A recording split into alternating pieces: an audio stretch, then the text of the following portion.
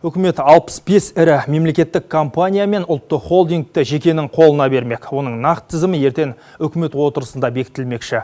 Бұл туралы бүгін Астанада өткен Қаржы министрлігінің заңнамалық бастамаларын түсіндіру туралы семинарда айтылды. Үздік 65 деп аталатын бұл нысандардың құны қанша болады? Оны арнамыздың сараптамалық орталығынан тікелей байланысқа шығып тұрған әріптесім Зайнұр Байжігіттен білейік. Зайнұр, қазір әлеуметтік желілерде жекешелендіру бұл мемлекетті тонау деген пікірлер жиі айтылып жүр.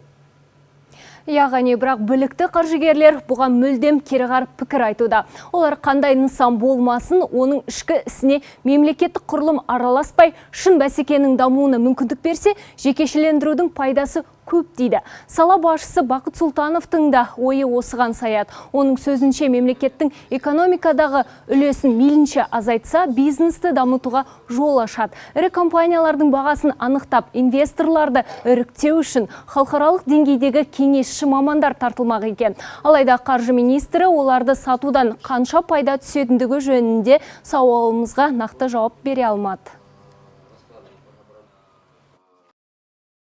Оның бағасын қазір айта алмаймыз. Өйткені бүгінгі жаңа ережелер бойынша біз нарық белгілейтін баға бойынша сататын боламыз. Біз бұл процесті толық ашық боламыз.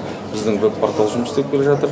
Бұл веб-порталда барлық ақпарат көрсетілетін болады.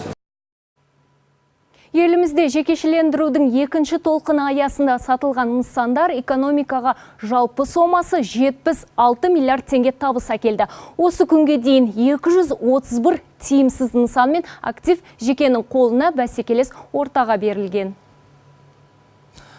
Зайнұр, елімізде мүлікті заңдастыру әлі жалғасып жатыр. Ал оның нәтижесінде қанша ақша жарияланғаны белгілі ме? Семинарда айтылғандай, мүлік пен ақшаны жария ету шарасы барысында бүгінгі күнге дейін 447 миллиард теңге заңдастырылды.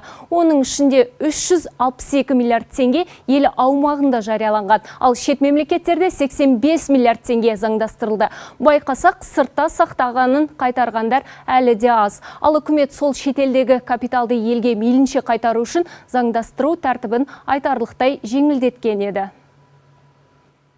Бұрын мысал үшін шотқа күйіп, 5-6 жыл ұстау керек еді шотта. Енді бұндай талаптың бәрі алып тастадық біз. Ақшаны көрсетіп, өз еркін қайда жіберем десе, үй сатып алам десе, бизнеске құям десе, тіпті қайтадан алып алам десе, сондай құқығы бар. Ол үшін ешқандай процент, 10% төленбейді. Бұдан бөлек жиында банкроттық жөніндегі заң талқыланды. Елімізде қайтарылмаған несие көлемі көбейіп кеткен. Мұның көбі тұтынушылық қарыздар. Өзінің төлеу қабілетін дұрыс ескермей несие алған азаматтарға мүмкіндік беру үшін үкімет келер жылы күзде жеке тұлғаның банкрот болуы туралы жаңа заң жобасын парламентке жібермек. Рахмет, бізбен тікелей қосылған тілшіміз Зайнұр Байжігіт болатын.